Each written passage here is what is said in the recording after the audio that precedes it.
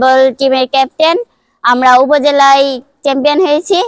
ইনশাল্লাহ ব্রাহ্মণবাড়িয়া যেও জেলা পর্যায়ে যেও চ্যাম্পিয়ন হওয়ার চেষ্টা করব। 52তম গ্রীষ্মকালীন জাতীয় ক্রীড়া প্রতিযোগিতায় কসবা উপজেলায় হ্যান্ডবলে চ্যাম্পিয়ন হয়েছে বর্ণী আলহাস আঙ্গুরাবাসার বালিকা উচ্চ বিদ্যালয়ের মেয়েরা। তারা খুবই আনন্দিত, উচ্ছ্বাসিত।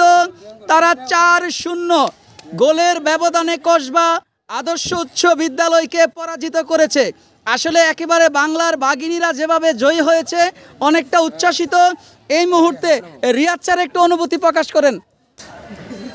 52তম গ্রীষ্মকালীন হ্যান্ডবল প্রতিযোগিতা 2025 মেয়েদের কসবা উপজেলায় বর্ণী আলহাজ আঙ্গুরাবাসা বালিকা উচ্চ বিদ্যালয়ের শিক্ষার্থী ইতিমধ্যে জয়লাভ করেছেন কসবা আদর্শ উচ্চ বিদ্যালয়ের সাথে খেলে।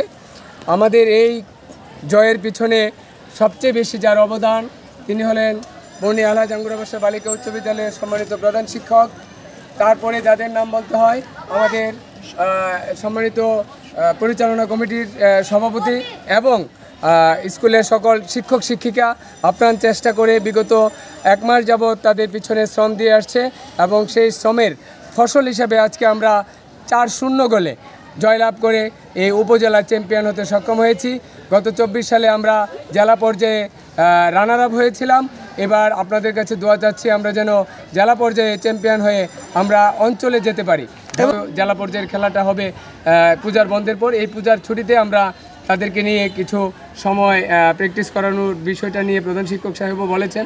আমরা সেটাকে আজকে ফাইনাল করব, কবে থেকে আমরা প্র্যাকটিস শুরু করব। বর্ণী আলহাজ আঙ্গুরাবাসা বালিকা উচ্চ বিদ্যালয় 2025 সালে 52তম গ্রীষ্মকালীন খেলাধুলায় অংশগ্রহণ করে উপজেলায় চ্যাম্পিয়ন হয়েছে। তার জন্য আমি আমার বিদ্যালয়ের সহকারী শিক্ষক শারীরিক শিক্ষা জনাব রিয়াজউদ্দিনকে ধন্যবাদ এবং শিক্ষার্থীদেরকে যারা খেলোয়াড় আমরা কসবায় গিয়ে বিজয়ী হই তাদেরকে ধন্যবাদ জানাই।